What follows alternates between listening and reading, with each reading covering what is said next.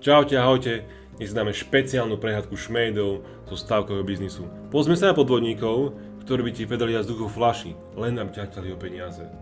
Fake experti, herci z ulice a scenáre, ktoré sú hlúpejšie ako ich stávky. Poďme im nastaviť zrkadlo a rozbiť ho o zem. Vítajte v stávkarskom cirkuse, kde klauni sú bohatší ako vy. Jeden tip mi změnil úplně vše. A teď si to samé pro vás. A jeden filter ti zmenil tvár. Máme zdroje z celého světa, exkluzivní informace a plnou podporu. Áno, určite z tej VIP lože na štadióne Zimbabwe ti posielajú informácie, inside info, bo práve ona je tá vyvolená, ktorá má tie informácie, tie zdroje informácií. Budu vaším tajným partnerem pro sázky. Klikněte na video a hrajte hned teď. Jeden správný tip může změnit úplně vše. Sorry, ale keď hovoríš tajný partner, tak ja si myslím, že väčšina chlapov si predstaví úplne inú web stránku.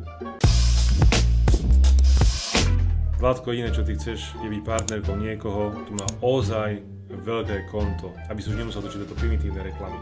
Ak naozaj chceš zmeniť život, založ si OnlyFans.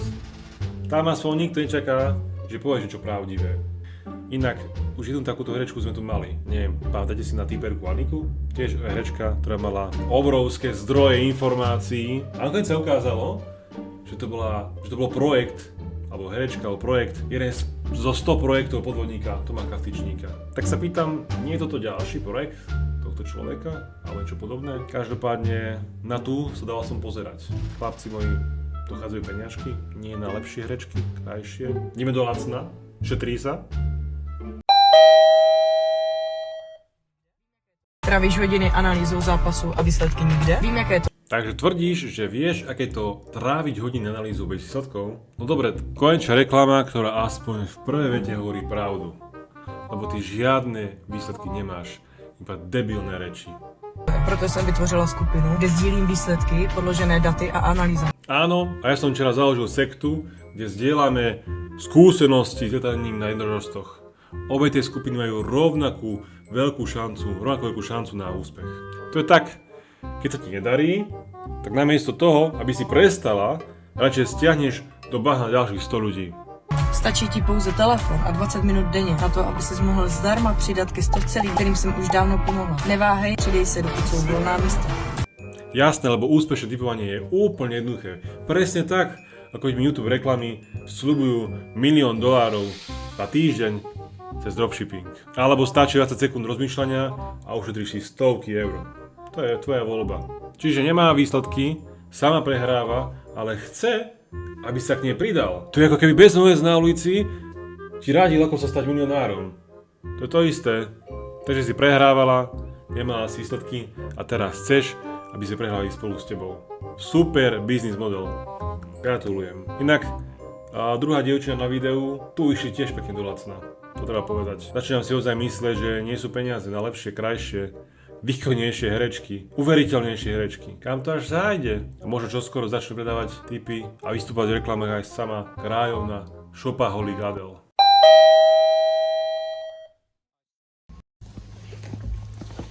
Až 100 000 měsíčně. To je průměrný výdělek klienta v mé skupině. Stačí se připojit a budeš to mít taky.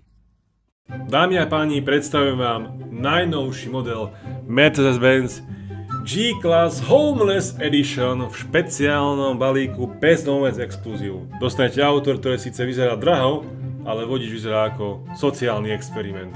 Tento chlap vyzerá, že už pol hodinou pod mostom zhorel nákupný vozík a teraz sa rozhodol skúsiť šťastie s typovaním. Brácho, ak tvoj priemerný klient zarába 100 litrov, tak ako je možné, že ty si na sebe nechal sveter, ktorý si pamätáš, že slovenské koruny. So šmolkami všade. Staré baganže, roztrhané nohavice. Zarába 100 000 eur mesačne. Jasné, ale zodpovedať, že asi v inej mene.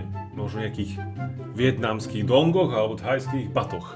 Áno, mám každý mesiac rande s Margot Robbie. Obe tie vety majú rovnakú úroveň.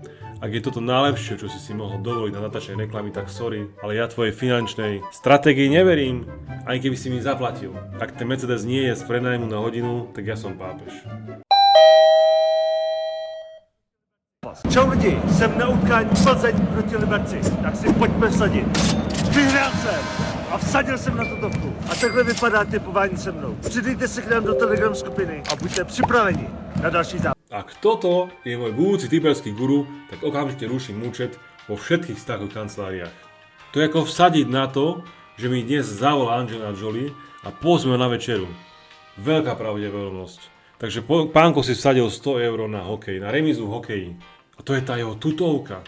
Takto vyzerá typovanie so mnou vraj. Takže Ožran v hokejovom drese, čo ani nevie vysvetliť analýza, má viesť k bohatstvu. Prosím vás, zavolajte mu taxík, nech odvezie späť na záchytku niekam. Takto si predstavím presne pondelkový ranný meeting v krčme Jozefa. No a na záver, ak som si mal vybrať medzi typovaním s týmto chlapom a pikím s ním, tak aspoň pri druhej možnosti viem, že prehrávam všetko férovo a dobrovoľne. Ten chlap má v sebe viac promile ako úspešných tiketov. Jediná istota pri typovaní s ním je, že za týždeň prehrám všetko a skončím na tribúne s pivkom v ruke, presne ako on. Jeden pošle remízu, a druhému pošle výhru hostí, tretiemu pošle výhru domácich a štvrtý. No ten už videl cez okno, že to je scam a peniaze mu zmizli z účtu rýchlejšie ako Tomáš Plekanec z manželstva.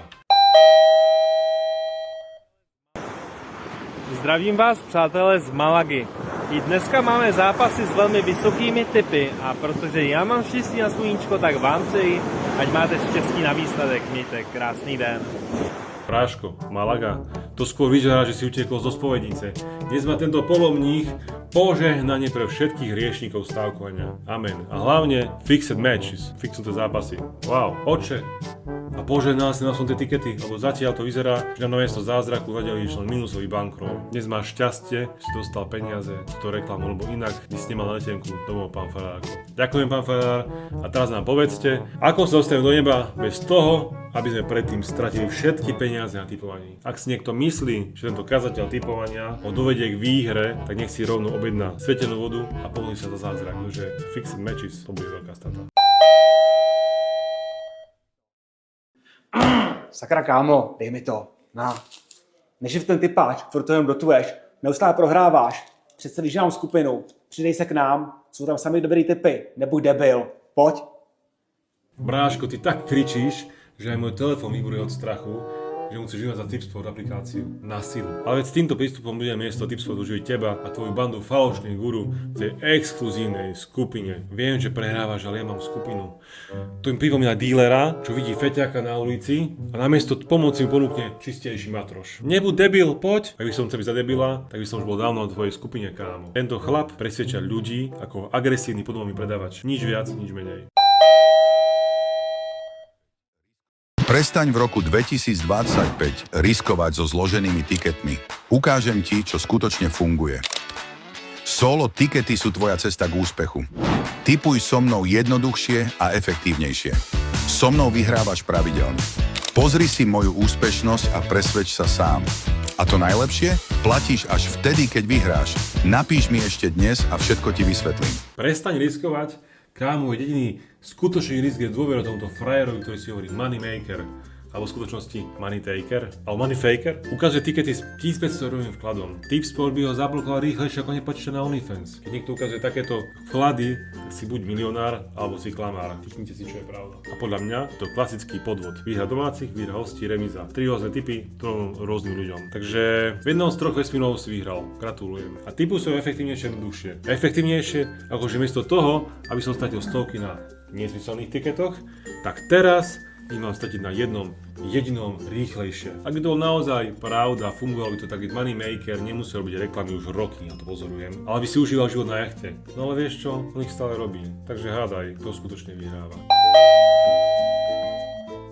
Představte si, kolik peněz jste mohli vyhrát, kdybyste měli ty správné informace. Já sama jsem ztratila spoustu času a peněz, když jsem se naučila sázet chytře. Ty zbytečné chyby mě stále mrzí, kež bych tehdy znala to, co vím dnes. Ale vy už stejné chyby dělat nemusíte. Klikněte na video a přijdete si v naší skupině. Máme pro vás tajné tipy, které vás dovedou k vítězství. Drahá moja, ak by tie typy tak skutočne fungovali, tak dobre, ako tvoj výstrih na prilákanie chlapov, tak sme všetci milionári. Predstavujem si a vidím presne nula. Nula. Tak ako tvoje skúsenosti so skutočným typovaním. A teraz si predstav, že som práve mohol prísť o 50 €, alebo aj viacej, za členstvo v tvojej skupine, v skvelej skupine, to je iná fantázia. Počkaj.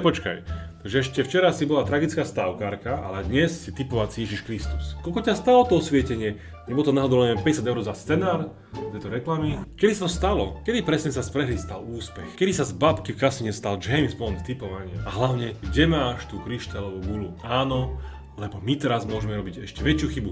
Dôverovať tebe a nechať sa ojebať tebou, investorkou v podprsenke o 2 čísla menšej, aby bol efekt ešte silnejší. Zlatko, vyzeráš, že v živote ťa mrzlo jedno, že ti zaplatili viac za toto herecké výkony a predstavenie. Ak by je tajné tipy boli aspoň z polovice také silné, ako je silikónové zbrane, možno by sme sa oni nebavili v kategórii najhorší typerský podvod roka, alebo najlepšia, najhoršia hrečka roka. Ak je toto budúcnosť typovania, radšej začnem chovať sliepky, alebo ovce, barany, lamy a inú zver. Čaute.